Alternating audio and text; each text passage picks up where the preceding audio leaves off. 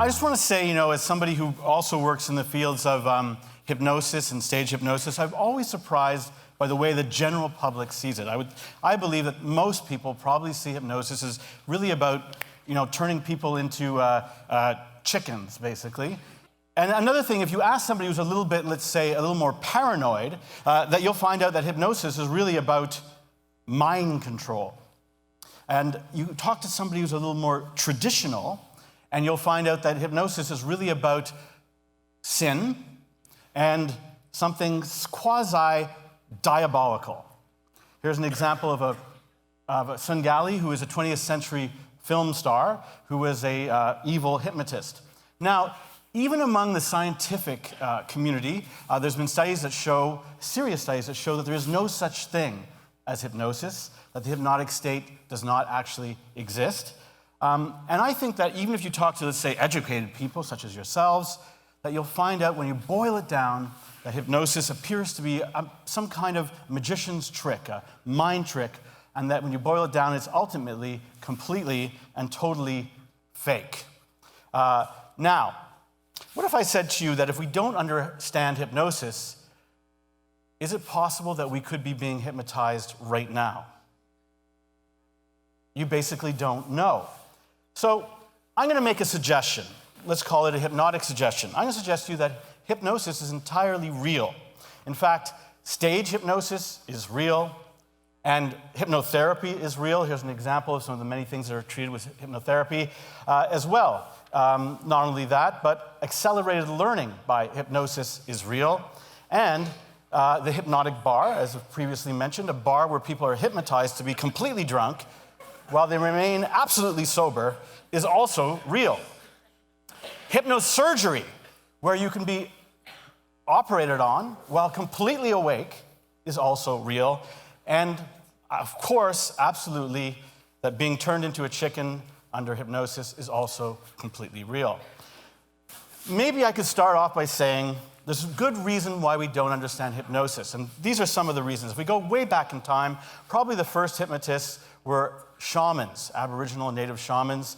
Here's an example, a real example from 1914. But shamans generally didn't share their secrets. There's one man who really put hypnosis on the map, and that's this guy, Anton Mesmer, an Austrian doctor. He was so influential that the word to be entranced, to be mesmerized, is from his name, Mesmer. Mesmer was the talk of Paris, and in the 1780s, more than 3,000 people a day would often go visit Mesmer to be healed. He would do strange incantations. He would appear to knock people out. He would give them and hold them with magnets. And thousands of people would come to see him regularly. Now, this attracted the attention of the medical establishment of the time, and they put pressure on the King of France, Louis XVI, who actually organized a royal commission to investigate Mesmer, which was led by this guy, Benjamin Franklin. Now, the interesting thing about Benjamin Franklin is at that time he was the ambassador to France and also a great scientist. And he and another group of scientific luminaries got together and they investigated Mesmer. They concluded that there was nothing to Mesmer's claims, that he was not really healing people. And as a result, Mesmer was treated and named a fraud and a charlatan. In fact, here's some popular artwork of the time that shows Mesmer being sent to the fires of obscurity by the light of reason, science, and justice. I would say that till this day, as a result, hypnotism lives in the shadows. In fact, if you go to a bookstore, often in North America or Canada, and ask for books on hypnotism, you'll usually be referred to the occult section. So, this is why hypnosis remains in the realm of the fake. Now, if that's true, if hypnosis is fake, can I propose maybe a simple test that basically we perform right here, this is a quasi-scientific formula, that we perform a series of very simple hypnotic inductions and maybe some hypnotic suggestions, and we see what happens. If hypnosis is fake, then nothing will happen. If it's real, then I guess we'll see. Is that okay? Yeah. Okay. All right. So, if anybody's nervous, and there always is a few people that are nervous, I'm going to suggest to you that you can avoid this process by simply ignoring my instructions for the next 3 minutes. Simply ignore my instructions and you'll be fine. For the rest of you, I'll just suggest to you that right now, you put your feet flat on the floor. So, focus on the center of the spiral, and now I'll ask you to take a deep breath in. Take a deep breath in. Watch as the spiral moves. Very good. And now take another deep breath in, straight up towards the ceiling. And now allow your eyes to just slowly blink. On the count of 3, 2, 1, you can blink now. Very good. I'm going to ask you to blink one more time and blink now. Reopen your eyes, and as you do, as my hand drops, you're going to feel your eyes getting heavier. Your eyelids are going to get heavier and heavier. And in a few seconds, you'll just allow them to close. 3, 2, 1. You can shut your eyes now. Beautiful. As you close your eyes, you get a very deep, relaxed feeling, and that allows you to feel like almost like your eyelids are melting into your cheeks. You're so relaxed and calm, and in fact, your eyes are going to close tighter and tighter that they are now shut. Very good. The more you try to open your eyes, the more they will stay shut. You can try to open your eyes, but the more they stay shut. In a few seconds, I'll ask you to do a test and see if you can open your eyes, but the more you try, the more they are shut. Right now, can anybody open their eyes? Very good. Now, on the count of 3, you will be able to open your eyes. If you can't, that's 1, 2, 3. Now you can open your eyes. Beautiful. Who could not open their eyes? Just now, who could not? Put up your hand if you don't mind. Put up your hand. Okay, good. The people who could not open their eyes, I'm going to suggest that you come up on the stage for the next part of our experiment. If you could not open your eyes, come on up. The stairs are over there. The stairs are over there. Come on up. You could not open your eyes. Very good. People that are more hypnotizable are often more imaginative. Some of the greatest athletes in the world are very hypnotizable. They're often strong and brilliant and beautiful, as these people clearly are. So now, I'm just going to do a little bit of an experiment, though, if you guys don't mind. So I'm just going to ask you to stare at the light, that little light at the end of the room right there. Very good. Now, here's the interesting thing. I'm going to ask you, sir, just to put your hand out and push down on my hand. Push down on my hand, harder, harder, harder. Sleep all the way in, dropping down all the way, relaxed and sleeping. I'm going to ask you to put them right back here. Very good. I'm going to ask you just to push your hands out like this. Very good. Don't worry. It feels good. Just push your hands out like this if you don't mind. Very good. Take a deep breath in. Stare at that light and focus. Very good. Focus deeper. 3, 2, 1. Sleep all the way in, dropping down. Sleep. Beautiful. Very good. Some people are not going to react. And now just watch your hands go down. Hand goes down, up, down, and now sleep. Beautiful. Very good. Now this next person. Very good. We're going to do something. This is a new induction that we developed for TEDx. Actually, it's called a TEDx induction. Just stare at that spiral. I'm going to ask you to put your hands up like this, like an X. That's right, except facing the other way. Beautiful. Now, stare at the light. Take a deep breath in and relax. Hands a little more straight. Very good.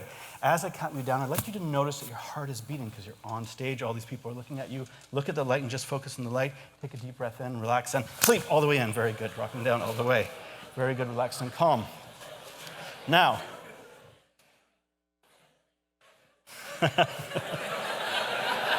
I'll explain in a second. Okay. Sir, same thing. Push your hands out like this. Deep breath in. Just watch my hand go down. Just watch it right here. Go down, down, down, down. Sleep all the way in. Dropping down all the way. Very good. Excellent. Can I shake your hand? Deep breath in and sleep all the way in. Dropping down all the way. Very good. Person, okay. And right now, I'm going to say a word. When you understand what that word means, it's going to happen to you. Do you understand? So just stare at that spiral, stare at that light, sorry, right there, and I say the word S-L-E-E-P, sleep. Beautiful, very good. Excellent. Person, I'm just going to ask both of you to stick your hands out like this, both of you.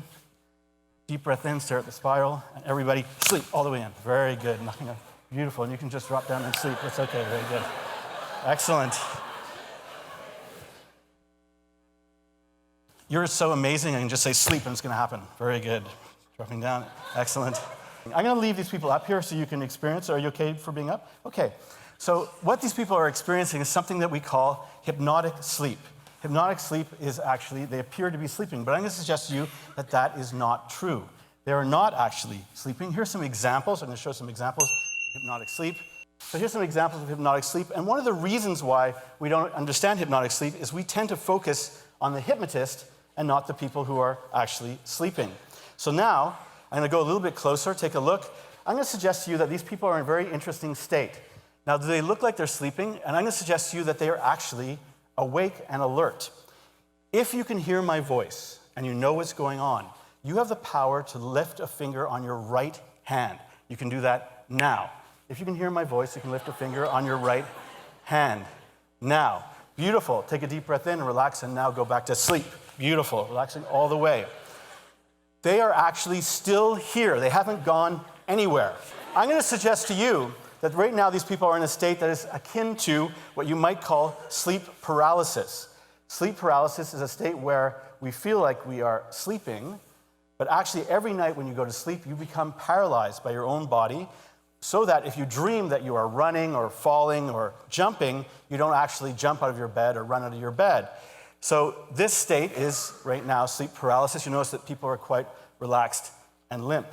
Okay, so let's do a little bit of an experiment. Let's do a bit of an experiment right now.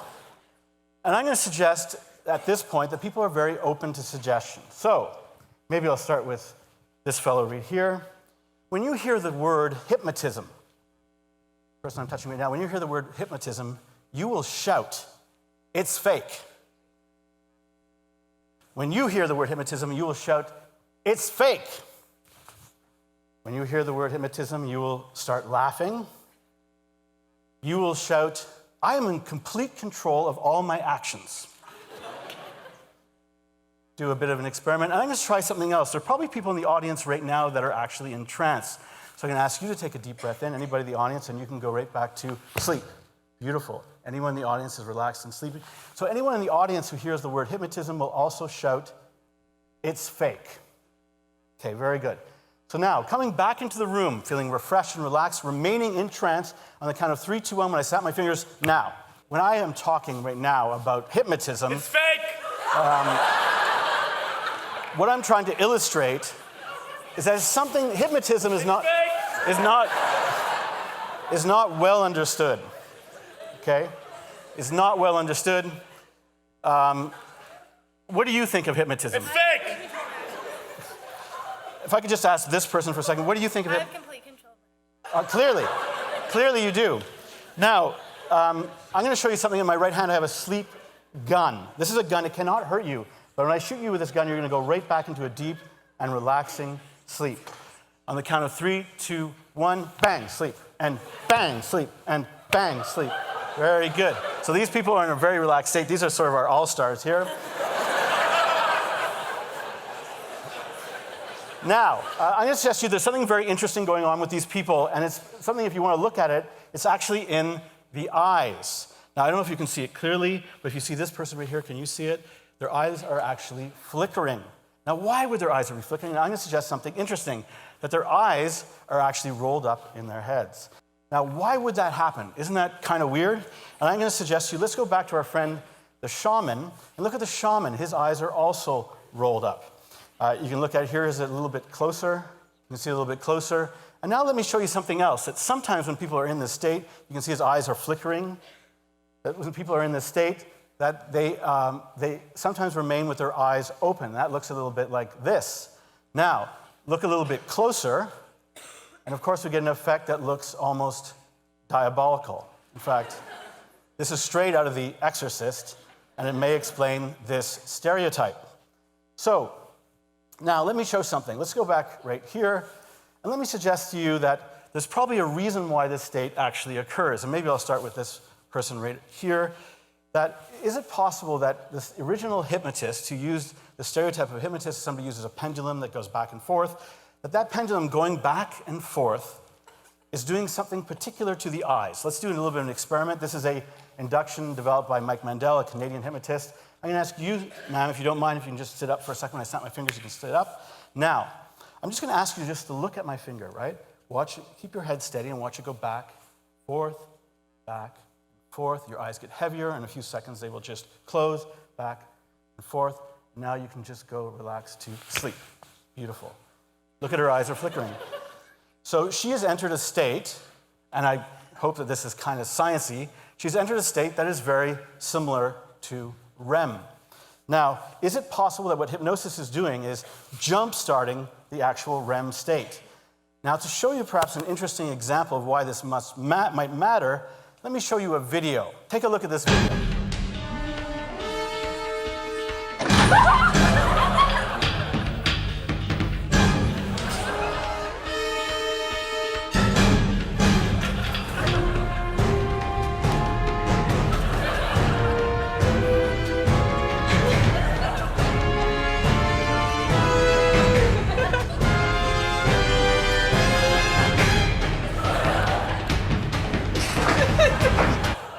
So I know that's a pretty ridiculous video, but let me explain there's actually something very profound going on here. And that is, there's actually a veterinarian wrote an article for the newspaper that explained that what's actually going on here is that cats are actually reliving traumas. They're not, but here's the weird thing. Why are cats afraid of cucumbers? Because cucumbers remind them of what? Or look like what? Snakes, exactly. They look like snakes. But hold on a second. Would domestic cats in North America or in Kingston or anywhere like that, would they ever encounter a snake? No, never. So why would domestic cats all seemingly be programmed to already be afraid of snakes that they've never met? The explanation, very simply, is that Professor Michel Jouvet, experimental medicine at the University of Lyon in the 60s, did a series of experiments. He's called the Christopher Columbus of dreams. And his theory is that mammals, or all mammals, while they're in the womb, basically enjoy a powerful REM state, a dream state. That dream state may be essential to programming us to be what we are. So cats would be programmed to be afraid of snakes while in the womb. That would be an explanation for why they are now afraid of cucumbers, even though they never encounter snakes. If that makes sense. So now, is it possible that hypnosis is us hacking in to this actual dream state? And let's take a look. Here's a common experiment. You probably remember the movie The Matrix. In The Matrix, Neo is programmed to know Kung Fu. It's advanced technology, helps him know Kung Fu.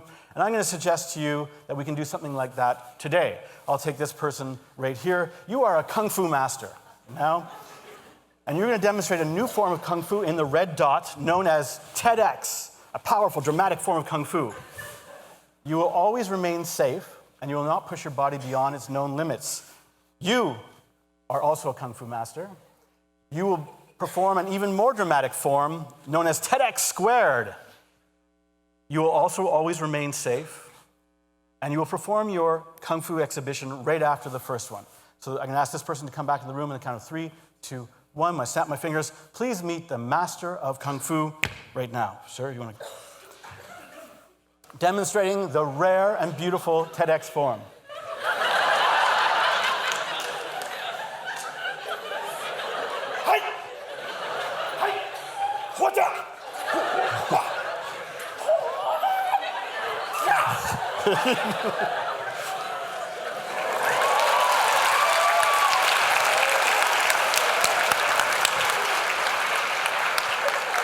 Tara, coming back in the room now. You are a Kung Fu master. You will beat that incredible demonstration that you only heard.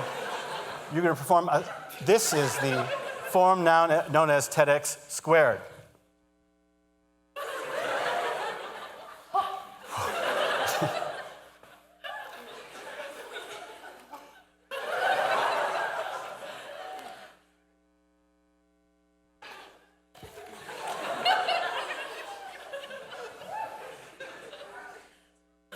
Thank you.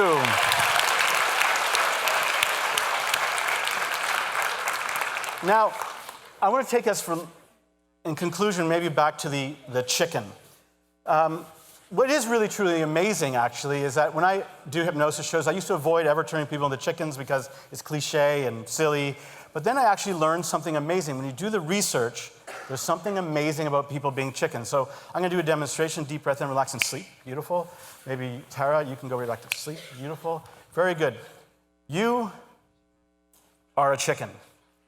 You peck, and you say, baka, and you do all the chicken-y things. You are a chicken. That's right. You do all the chicken-y things. You're a great, amazing chicken. You, madam, are a cat. You are a cat. and you're very much like a cat. Now,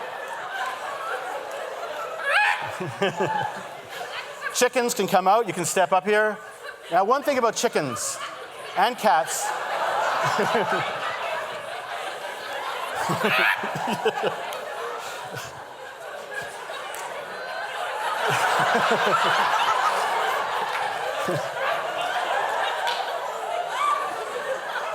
Now, I'll just ask you, I'm going to remind you, as chickens and cats, you have been programmed to be mortally afraid of cucumbers. If you see an image,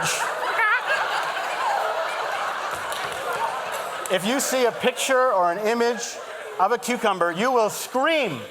You will scream. Anyone who sees a picture of a cucumber here will scream. Now, cat, do you see the chickens? Sure, do you see the chickens?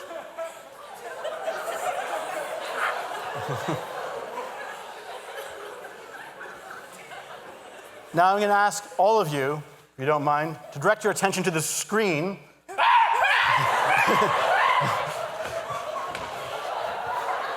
That's right. It's all right. Okay. It's all right.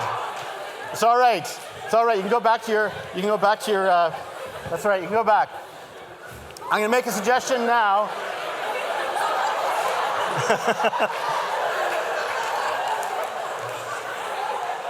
Here's a simple demonstration of hypnotherapy. Now, when you see a cucumber, you will no longer scream.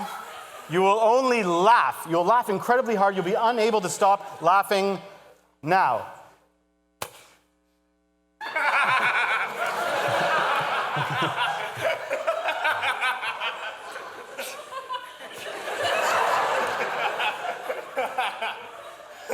Very good. You can have a seat right now.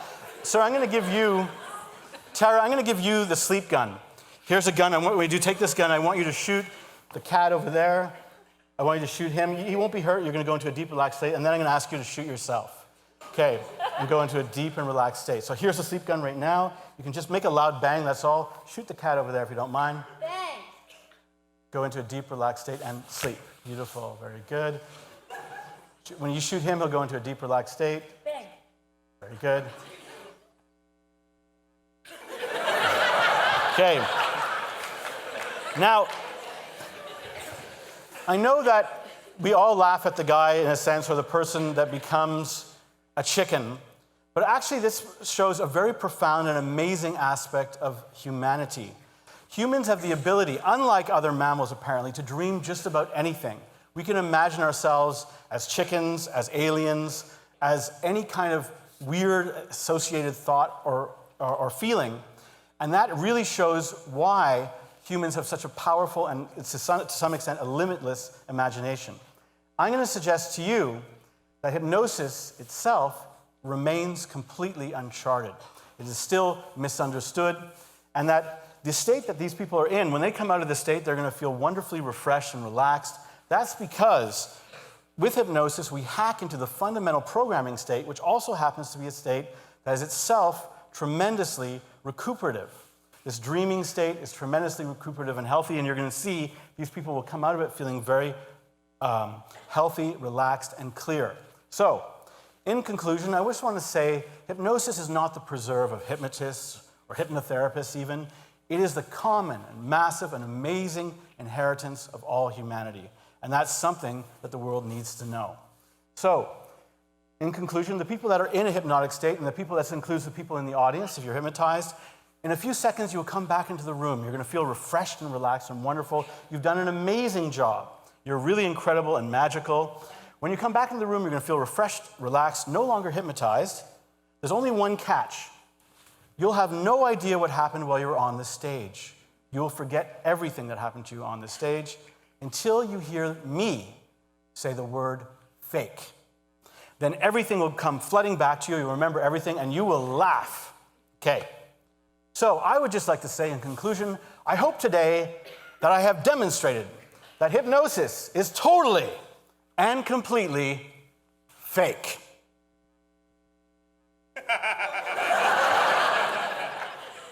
Thank you very much.